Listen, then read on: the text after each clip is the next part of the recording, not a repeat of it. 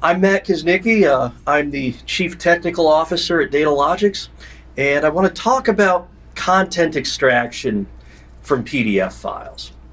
There are a lot of sessions that are going on today talking about accessible PDF, about archival PDF. I want to go a little bit into overview about actually extracting content from PDFs.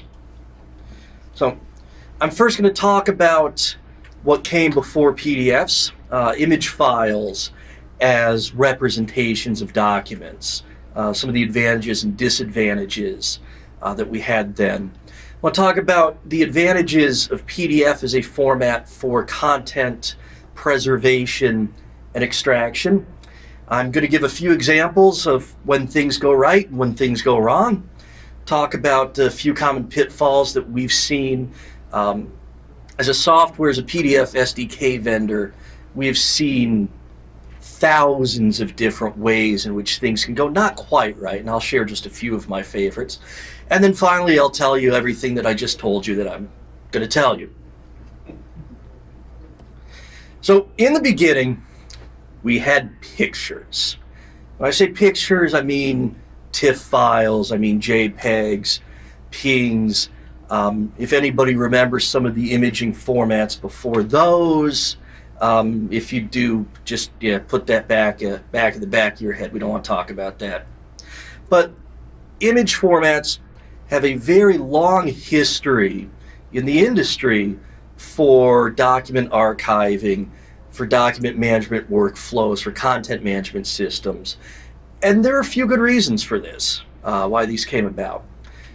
Images are pretty close to how scanners, how cameras, how cell phone cameras, how other input devices capture pieces of paper and capture how the world looks. They're very easy to go from these captures to a file that you can use and transfer and archive. Image files, they're easy to produce, they're easy to consume. In most cases, little interpretations needed for these in workflows that are built up around them. Images are easy for humans, for you and I, to interpret visually. Most of the time, when you see a picture, when you see a JPEG, you can tell what it is, right? And these are platform and environmentally more or less agnostic. There's a lot of compatibility. There's a large ecosystem that's been built up around image formats, pictures. But there's a downside. Actually, there are many drawbacks to using images for content storage.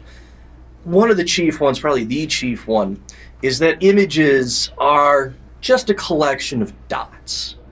They don't keep any meaning to them that come with the files themselves. So a lot of information ends up being discarded. Now, compression can dramatically increase the amount of information that gets discarded. In some cases, it can change the apparent information in documents. A certain vendor I won't name had an issue last year where they were changing letters to numbers in certain JPEG-2 files, I believe, which caused quite a change in how these are interpreted, as you might imagine. File size can increase dramatically when using images as your medium of storage content. And images are very difficult, if not impossible, to reliably edit once captured as documents. I mean, sure, you can go into Photoshop and touch up the color, maybe erase words, but once you really want to try to use these as documents, very limited functionality. So images that capture only what a document looks like, not what a document contains, not what it means, not what it really is, just a picture of what it was. And as a picture, then, users, both human and otherwise, machine systems, that cannot see images and cannot look at them and go, oh, yes, yeah, of course, that's a cat in clouds and everything. It's obvious to us. We just glance at something. but not obvious to a computer, and certainly not obvious to somebody who isn't sighted. If you can't see these, you can't derive any value from these documents. As an example, I just want to show, for those who may not be familiar, images really are just dots. I've taken a section of this image from, the previous slide. It may be a bit fuzzy, but you can see it's just a bunch of dots. There's no real meaning to it. So there came PDF. The PDF was created, and I think some of this history has been covered earlier, so I'll just kind of go quickly through it. It was created by Adobe Systems. I believe the first public release was in 1993 or thereabouts, as a format to store content in an extractable and in a repurposable manner, as well as to store information about that content. So it's an open international standard. It was donated and ratified by ISO in 2008. And we're working on the first major set of updates and revisions to PDF, really as I speak. It is freely implementable. There are hundreds, thousands of tools, commercial, open source, every model in between, that are available for doing pretty much anything with PDF, from creating them to understanding them to repurposing them.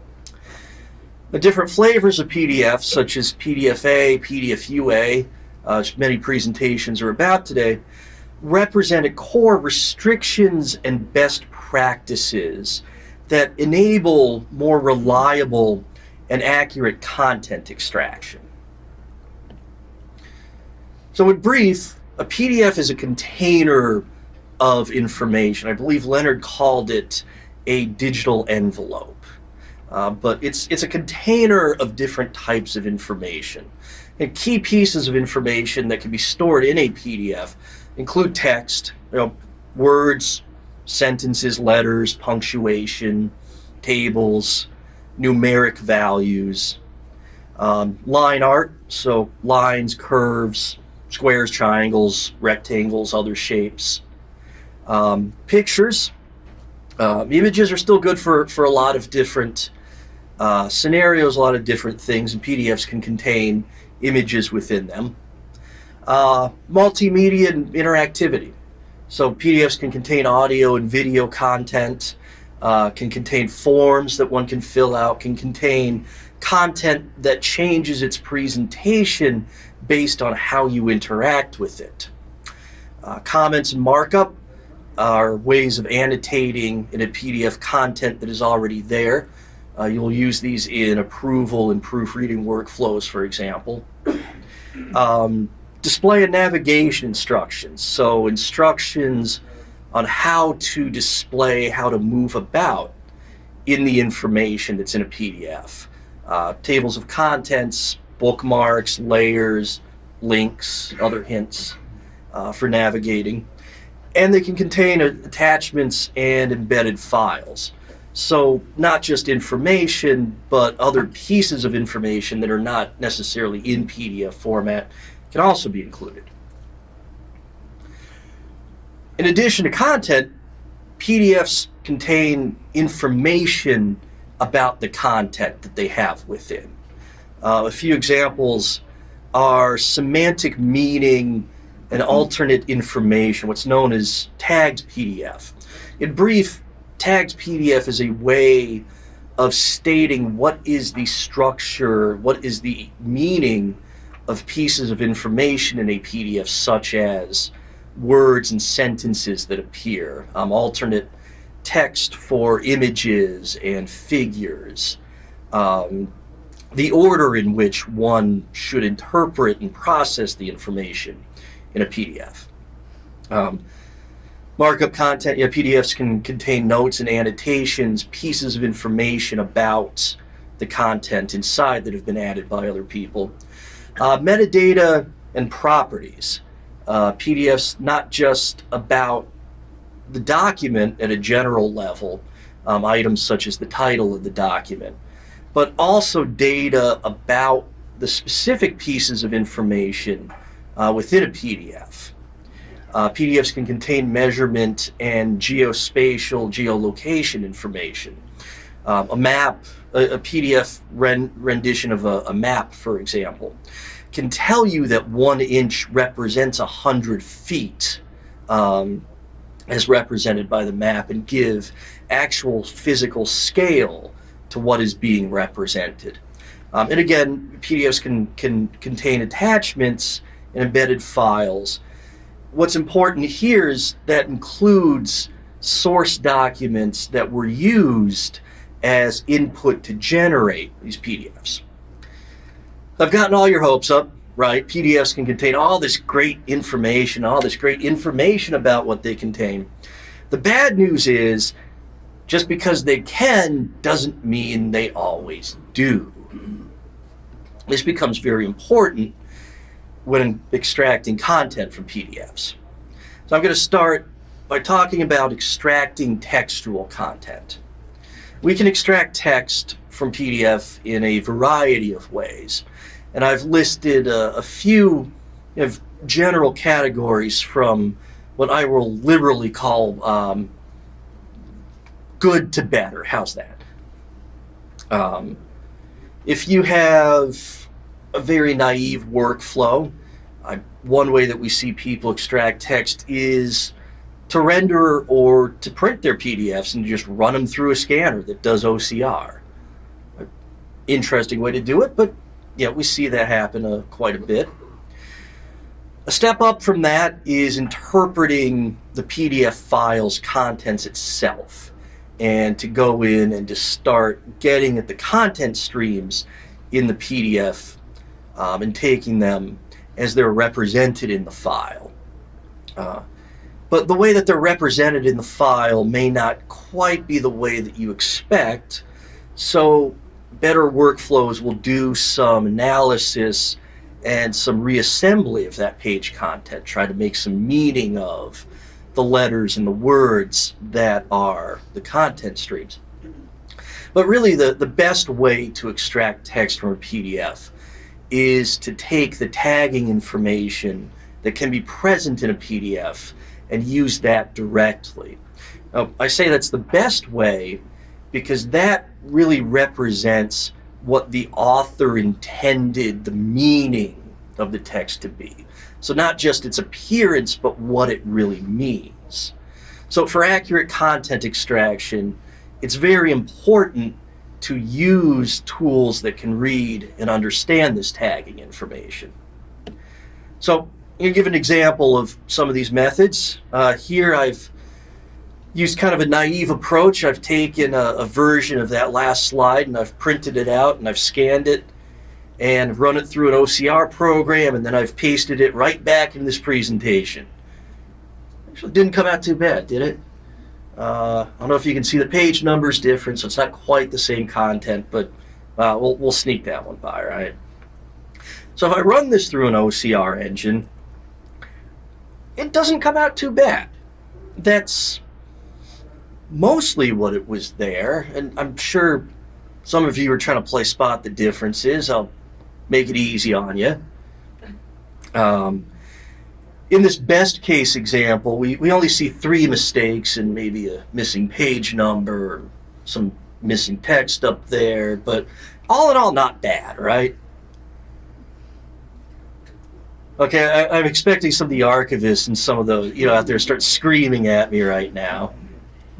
It's not bad, but it's not great. And I've stacked the deck here. This is really, I took great effort to de-skew this and to de-speckle this scan. I think those who use OCR know that it doesn't really get much better than that, but it gets a lot worse.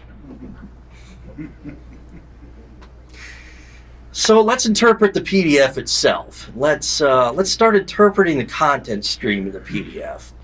So I'm going to throw a somewhat naive tool at this content stream, and I will get text. It's a little more correct, right? Well, okay, maybe the letters are a little more correct, but oh, interesting order, isn't it? I've got the bottom, oh, then I've got the title, then I've got the header. Okay, I got my better text. Okay, that's a step up. And then the generator of this PDF has decided to take that middle section and start generating it in columns instead of rows. And so my text has become OCR, basic intelligent processing. No, it's not. Not very intelligent at all, is it? It's important to know that the content stream in a PDF is a series of display operators. And the order of graphics in these streams may be quite different from the order in which you or I would read this text. I've given actually a fairly simple example of that. Those who think that this may be contrived, trust me, it's not. This is actually pretty good compared to a lot of things that I've seen. All right, let's do it the best way. Let's use the tagging information in this version of this slide. Again, somebody might have noticed the page number changed. It's a slightly different version, but shh, don't tell anyone.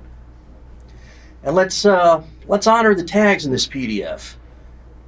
All right, that's quite a bit better. Okay, title's in the right place, header's in the right place. The text is, well, it's almost right. Actually, I'd say it's probably more correct than we think.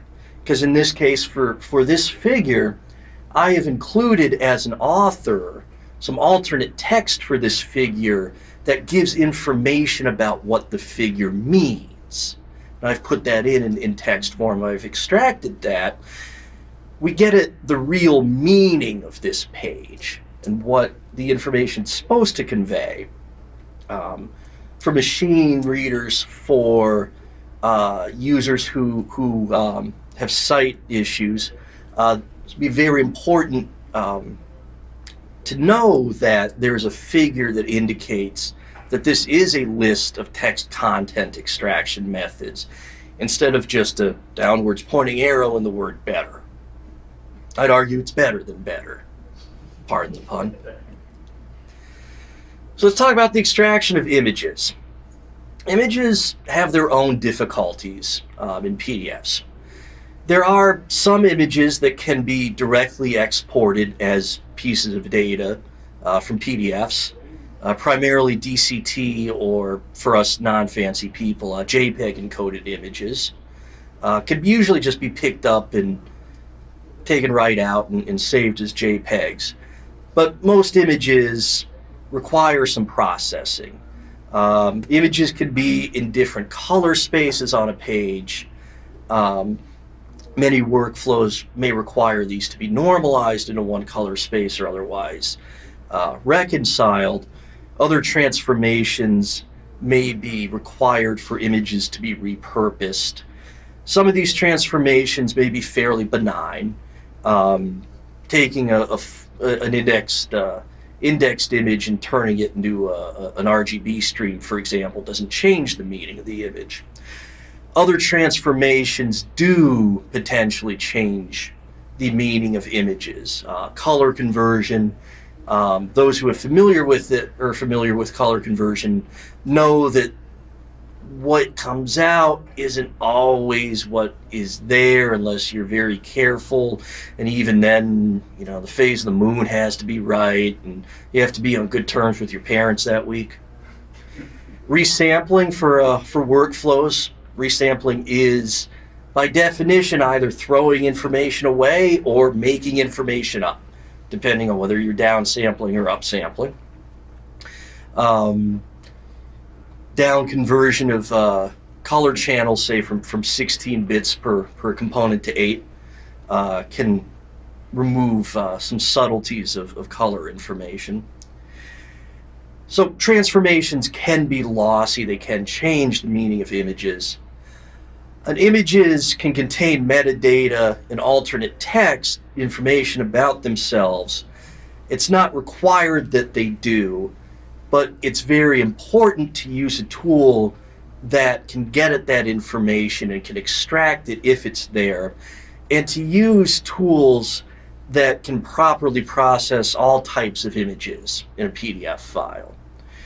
You can't always tell just by looking at something whether there's going to be a problem or not. An unnamed, you may want to excuse me, Leonard. Oh, I'm an unnamed tool is being used to repurpose this image in this PDF file. In this case, to edit it using, just ignore that, another unnamed tool, which is all well and good no, it's not. It's not in a format that Photoshop, unnamed tool can understand. But yeah, not to pick on Photoshop. Photoshop does understand the image on the other side, though. You know, it may look like they'd be the same, aside from being pixelated. They're really not. I've kind of stacked the deck in this example. But there are many different ways to represent images in a PDF. Some of them can be more problematic than others for content repurposing. Extraction of metadata and properties. As I said, PDFs can contain information about the information that they contain. At a document level, PDFs can contain information about the document, about the PDF, the author of the PDF, title, keywords, ISBN numbers, for example. They can contain information about the tools that were used to create the PDF, when the PDF was created. Information within the PDFs can contain information. So metadata can be attached to images, for example. Copyright statements, ownership statements, information about the camera that was used to take the picture could be put into the PDF as metadata.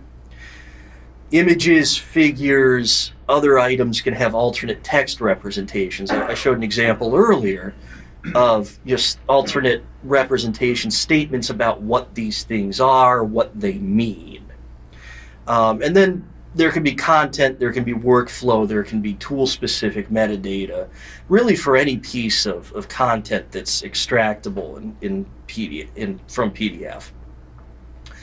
Tag PDF is, while it's not technically metadata by the standard, I'm going to consider it metadata as information about data, how content is structured and contained, semantically what it means in a PDF.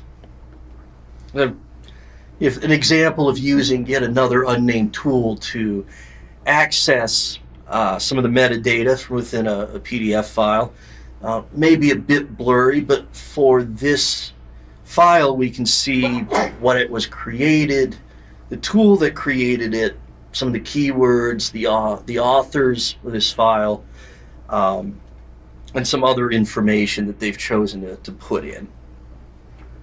So common pitfalls. So PDF files, they can contain all this information, and they can contain it in a useful and reliably extractable manner, but there's nobody running around with a stick enforcing this. They don't have to be nice. Text can be represented in ways that are quite different from how they appear on a page, whether it's benign, just different order of display, or extreme cases where text is representationally scrambled in a PDF explicitly to thwart content repurposing and extraction. Bad, I know. What looks like one image in a PDF may not be one image. It may be several images put close together. Certain print drivers that I won't name used to put thousands of images abutted together in some cases. This can make extraction and repurposing of images quite tricky. And just because you see, as people, information in a PDF doesn't mean you see the information that's invisible that can be within a PDF. This can be anything from control information to the OCR underlayer of a scanned document to things that are secret and that you're really not supposed to see, such as text underneath little boxes that people draw on PDFs to redact them. Not that anyone's ever gotten in trouble for that. Over the 15 years I've been working with PDFs, we have seen the quality of PDFs get better over time. But that doesn't stop older PDFs from roaming the land and causing us problems regardless. However, files that are created better, created well, are much easier to extract content from. So if you have any ability to influence the creation side of the PDFs that you're working with, take advantage of that. So, as I told you at the beginning, I was going to tell you at the end what I just told you, so now I'm going to tell you what I just told you. PDF is a format, as Leonard said, a digital envelope for documents and information, not just visual images. So PDFs, they can be used in workflows, they can be edited, there are tools that can do that. They're not just for end-stage archiving or file storage. PDFs contain content that is reusable and that is extractable, that can drive downstream workflows and processes. They can be well behaved, but there's no guarantee that any PDF you pick up off the street will be well behaved. Kind of just like strangers you meet, right? Most of them are well behaved, but not all of them. PDF standards, like especially PDFA, PDFUA, and the archiving and accessibility fields like PDFE and engineering, help make content more predictable and reliable by giving some basic quality assurance to the content within. Different conformance levels indicate essentially different levels of quality of that content, different guarantees on extractability. And finally, tools that understand PDF tagging, PDF structure, and this information make for much better results in content extraction than those that don't. So with that, I want to thank you for your time. I want to thank you for staying awake, most of you. I won't say who didn't. And at this point, I'll be happy to take any questions. Yes? So this kind of content extraction, do you have any thoughts or anything you'd like to share with us about how this would apply in the discovery world? So the question is how these thoughts would apply in the e-discovery world. And I think, in summary, most everything I mentioned applies very heavily to the e-discovery world. Being able to get the metadata, the information about the information contained within, intelligently processing the tagging in PDFs when it's there, being able to put together information and be intelligent about it in cases where PDFs don't have that tagging information, and being intelligent, being able to interpret and to make good decisions and take good actions on PDFs that aren't very well behaved. All the pitfalls I mentioned probably applicable to e-discovery, and I could probably go into dozens of others if we had time. But there are many tools out there. Some of them are better than others. You may need to experiment with them to see what works best in your workflow, whether it's archiving, whether it's e-discovery, whether it's for other purposes. Don't be afraid to experiment a bit. Yes? To make this more clear to us, obviously there's some tools that are available. Can you give us some use cases, some examples of what people have done to use the part of the PDF that you're talking about? A very common example would be search engines. Google, for example, indexes PDFs. So when you search for documents on Google, it will return PDF results. It I believe, gets the metadata out of PDFs, but it relies on and will understand PDF tagging for accurate indexing and retrieval of PDF results, accurate ranking of them. Oh, sorry, Bruno. Yeah, I'm sure you've got a lot of examples. For instance, when a pharmaceutical company creates a new drug, it used to be tons of paper going to the FDA to get approval for the drug. Now it's all digital documents. But these digital documents, again, the FDA is overwhelmed by the abundance of documents, and most of these documents aren't structured.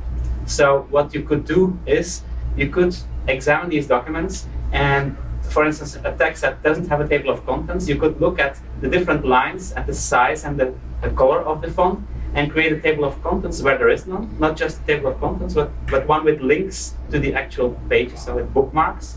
And if, for instance, you have a pile of 10,000 of tests on patients that the drug was tested on, again, those are 10,000 documents to consume, but maybe 500 out of 10,000 are important because they contain, like, the sequence HIV resistant.